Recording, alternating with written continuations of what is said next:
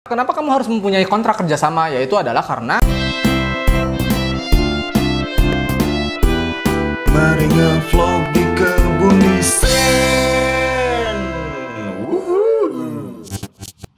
Assalamualaikum warahmatullahi wabarakatuh. Selamat datang di vlognya Kebun Desain. Oke, seperti biasa kali ini kita mau ngasih tips ataupun informasi bisnis yang tentu aja ini bisa berguna buat teman-teman yang sedang berbisnis ataupun baru mau memulai bisnis. Tapi sebelumnya aku mau kasih tahu dulu nih, ini channel apa sih? Ini adalah channel edukasi bisnis, marketing, dan dunia desain grafis. Iya. Dan channel ini merupakan bagian dari studio desain grafis Kebun Desain yang menjual berbagai jasa seperti jasa desain logo, desain kemasan, desain sosial media, dan juga jasa legalitas. Iya. Jadi buat teman-teman yang pengen order desain logo, desain kemasan, desain apapunnya buat bisnisnya sampai daftar-daftar legalitas bisnis, itu bisa kontak aja nomor WhatsApp kita yang ada di bawah nih ya, ataupun yang ada di deskripsi kayak gitu. Oke nih deh, ada tips yang apa nih yang bisa kita share ke teman-teman kali ini. Ini masih berhubungan dengan video sebelumnya. Kalau video sebelumnya itu lebih ke arah bagaimana mencari partner bisnis. Nah, sekarang ini adalah langkah berikutnya. Jika kamu sudah berbisnis dengan orang lain, kamu harus punya ini. Apa ini itu apa? Apa nih ya? Hal yang harus dimiliki ketika kamu sudah punya partner bisnis. Yaitu adalah kontrak kerja sama. Kontrak kerja sama nih ya. Kenapa harus punya kontrak kerja sama? Akan kita bahas di tips kali ini. Oke, yang pertama, kenapa kamu harus mempunyai kontrak kerjasama? Yaitu adalah karena berhubungan dengan kedekatan dan klarifikasi persetujuan. Jadi kita itu dengan partner itu harus dekat dalam artian dekat dalam visi misi, kemudian juga harus ada klarifikasi kedua belah pihak terkait dengan persetujuan bisnisnya mau seperti apa.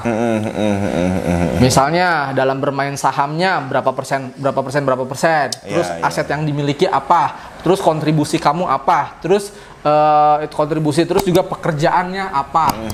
Jadi ada beberapa hal ya. Kalau kontribusi itu bisa aja kamu sebagai sebagai pekerja dan juga sebagai owner di dalam bisnis itu, atau juga kamu hanya sebatas hanya invest aja. Beda ya, itu harus dibedakan. Ketika kamu bekerja dan invest di bisnis itu, kamu mendapat dua hak, yaitu adalah gaji sebagai pekerja dan juga bagi hasil. Tapi ketika kamu tidak bekerja di bisnis itu, kamu hanya invest doang, yang didapatkan adalah royalti. Iya, royalti ya, bagi hasilnya ya. Iya. Dan itu tergantung persentase dari perjanjian yang sudah ditulis kayak gitu. Yang berikutnya adalah dengan kamu mempunyai kontrak kerjasama, itu sudah bisa menjadikan perlindungan hukum untuk kedua belah pihak. Asal jangan lupa pakai materai ya. Itu udah cukup kuat kalau misalnya mau digugat atau misalnya mau ada permasalahan ke depannya gitu. Tapi sebelum menggugat pun ada pembicaraan dulu nih. Kalau misalnya ternyata pada saat dibicarakan ada jalan tengahnya, ya kita masih bisa lanjut. Iya, ya setidaknya bisa diselesaikan secara obrolan lah ya. Jadi baiknya gimana, cari titik tengah, ya itu yang bisa menguntungkan kedua belah pihak. Betul sekali. Jangan sampai tidak menguntungkan kedua belah pihak. Intinya harus sama-sama enak dan harus tetap berjalan. Iya. Gitu.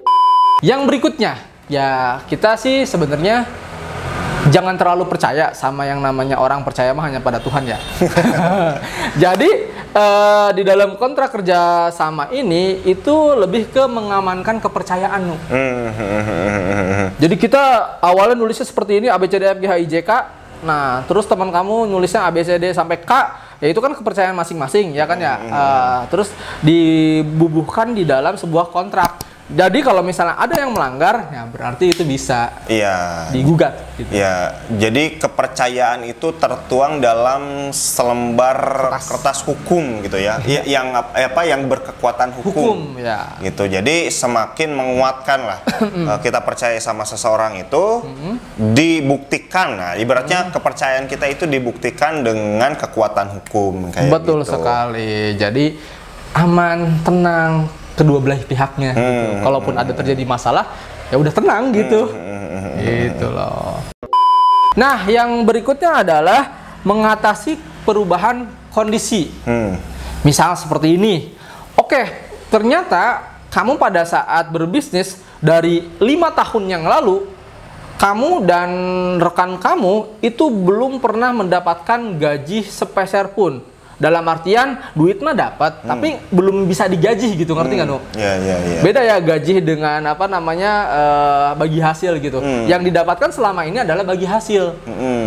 Nah, itu dituliskan, oh selama omsetnya sekian baru bisa bagi hasil. Tapi kalau omsetnya udah, misalnya omsetnya baru 50 juta, itu hanya bisa bagi hasil. Tapi kalau misalnya omsetnya udah 200 juta, nah kamu bisa mendapatkan gaji dan juga mendapatkan bagi hasil. Iya. Terus gimana kalau misalnya ternyata partner kamu itu apa namanya hanya invest saja?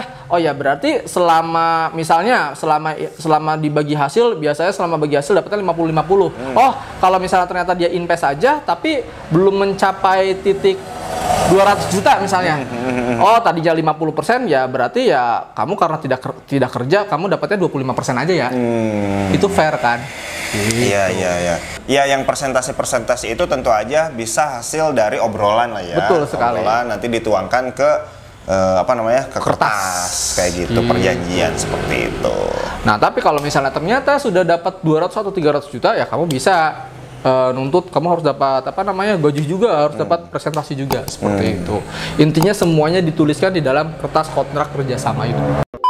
Nah, yang berikutnya adalah mengatur properti intelektual dan juga kekayaan. Ya, jadi mengatur properti itu ya banyak ya, bisa aset ya, entah misalnya katakanlah kamera, entah katakanlah CPU, katakanlah lighting dan lain-lain yang ada di dalam usaha kamu seperti itu, atau bahkan website atau server dan lain-lain, atau juga aset-aset digital seperti YouTube, Instagram, Twitter, Threads dan lain-lain, itu juga merupakan aset gitu ya. Nah, gimana kalau misalnya ternyata bisnisnya tidak diteruskan, terus juga tidak dijalankan lagi? Ya berarti harus ditulis juga perjanjiannya gimana. Oh, ternyata kalau misalnya bisnisnya tidak diteruskan, lebih baik dijual, terus akunnya pun dijual ke orang lain.